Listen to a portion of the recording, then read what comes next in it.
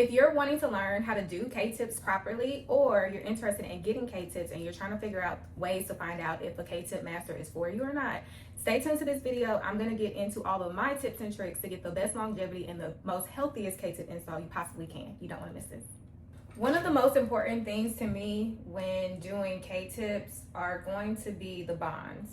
So I do not use pre-tip bonds. Pre-tip bonds are the bonds that you would normally get from a vendor.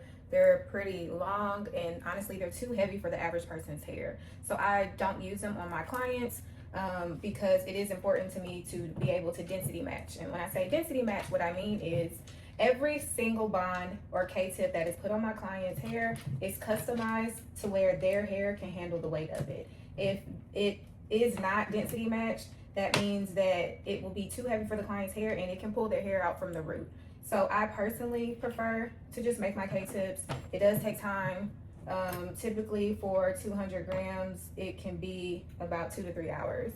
So it's not necessarily the easiest process, but with that, I can guarantee the type of keratin that is used for my clients. Keratin is super important because if you use the wrong keratin, you won't be able to determine how long the hair can last.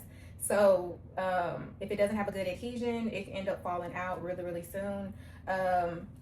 Not knowing what type of keratin can jeopardize your removal process, and your client can get a really long wear or really, a lot of growth from their install, and then they can lose it all during the removal because sometimes they use glue. Like some of these like Chinese and Vietnamese vendors, they're not using Russian keratin or Italian keratin that is what you're supposed to be using, and it can really lock in on the client's hair, and then that can cause damage. Or the opposite, like I said, it can just come out. It can have, not be a good product.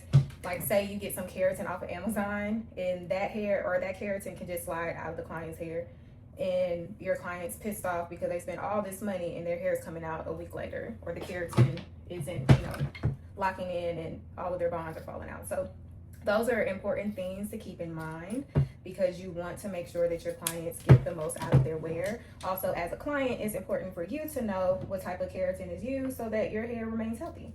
Another reason why I make my keratin bonds is, like I mentioned earlier, the standard K-tips that are pre-made, they are way too heavy for the average client. Most of them are 1 gram each, and 1 gram, most people's hair can't handle. It's too heavy. And so when you hear people say, oh, I got K-tips and my hair fell out, 9 times out of 10, it's the bond size. Like your stylist wasn't aware, wasn't privy to the importance of density matching hair. And because of that, your hair has now fallen out at the root. Because if you just think about it, you can even experience it with braids.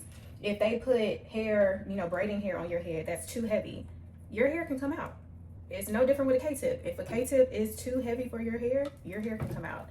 So it's important to know these things, not only as a stylist, but honestly as a client, of what you're looking for, to make sure that your K-tip stylist is aware of density matching and the importance of having the right keratin, the right amount of hair on each strand, and that they actually give a damn about whether your hair is healthy or not at the end of the day. Because yes, this is K-tips are a high ticket item. There's no way around it. And so with that, people are jumping to offer the service without, proper training. So it's just important that you do your due diligence and just to make sure that healthy hair is a priority for your stylist, which means it'll be a priority when they're doing your hair and they're servicing you. Another thing that is important to me is, getting the right pattern and texture match. Those are not one and the same. A lot of people focus on getting the right pattern, which is just the curl pattern. But then they miss out on the right texture, and that goes into whether you get wavy, straight, whatever. Getting the right texture will limit how much heat you have to put on your hair to get it to blend. It will limit how much manipulation you have to do, how many products you have to use, all of those things. So that's super important when you're finding a stylist or when you're trying to offer these services to your clients, to have a variety of patterns. I have a client today and I have multiple different patterns, slightly different, a little bit of different texture, different lengths. All of those things. This is more textured, a lower density or lower luster.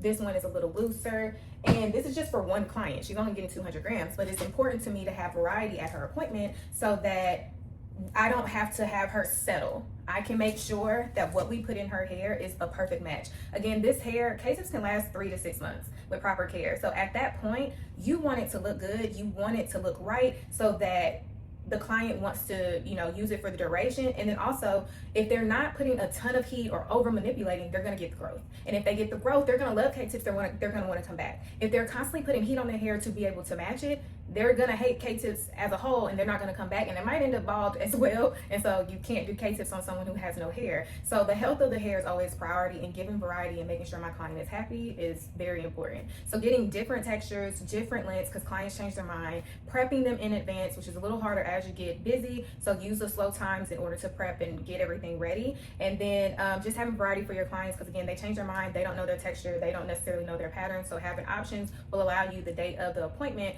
to be able to really do a pattern match, for y'all to come into agreement about what will make sense, and then from there you can do the perfect install.